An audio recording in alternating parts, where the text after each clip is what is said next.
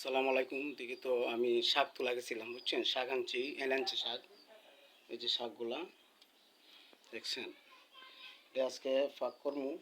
এখানে একটা পেঁয়াজ দিছি 1 পিস, আর একটা রসুন দিছি, পরিমাণ মতো হলুদ দিছি, দেখুন হলুদ। আর আপনার এটা দিচ্ছি, এখানে আপনার দিয়ে দিছি আপনার লবণ। তারপর 15 থেকে 20টা কাঁচামরিচ দিছি, বুঝছেন? 20 পিস কাঁচামরিচ। সব মিলে এখন রান্না করবো ভাই। এদিকে তো রান্না শুরু করতেছি, নিজে ফাঁক করি। দেন আমি বলটা রাখলাম, এখন আগুন দিব চুলাতে।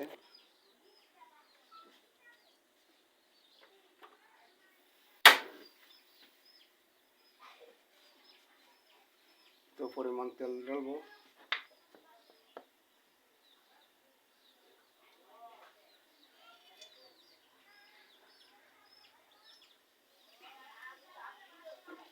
পরিমাণ মতো তেল দিয়ে দিলাম। দেখি তো এখন শাক রাঁধতেছি।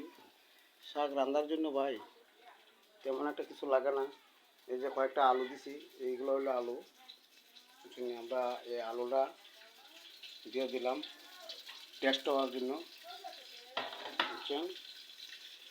টেস্ট হওয়ার 4 পিস থেকে 3 পিস আলু দেওয়া যায় শাকের সাথে। তো আমরা এই আলুগুলা দিকে তো ছেড়ে দিব।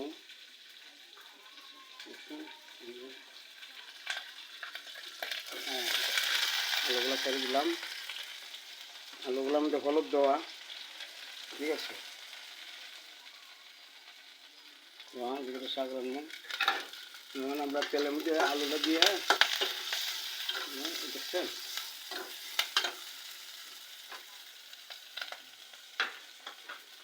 এখন দিয়ে দিলাম আপনার আলু দিলাম, আলুর সাথে হলুদও দেওয়া আছে, বুঝছেন? তো এখন আস্তে আস্তে শাকগুলা দেওয়া দেবো।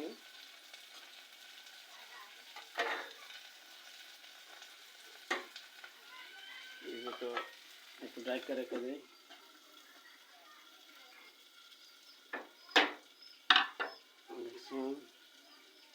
দেখি তো আমরা শাক রাঁধতেছি। আস্তে আস্তে শাক দিয়ে দিব। এখন শাক দিয়ে দিব আস্তে আস্তে।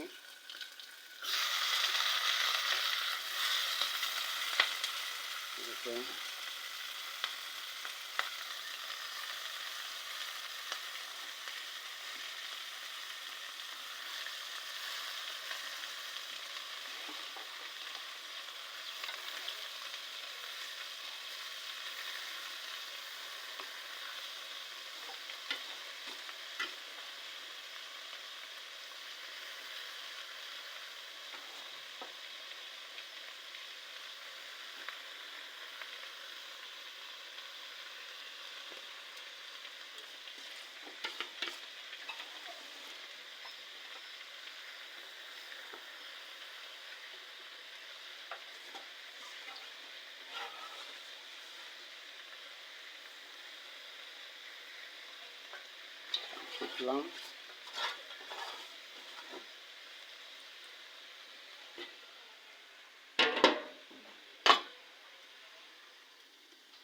এখন শাকগুলা দিয়ে দিলাম, কতটুকু পর হবে, ঠিক আছে?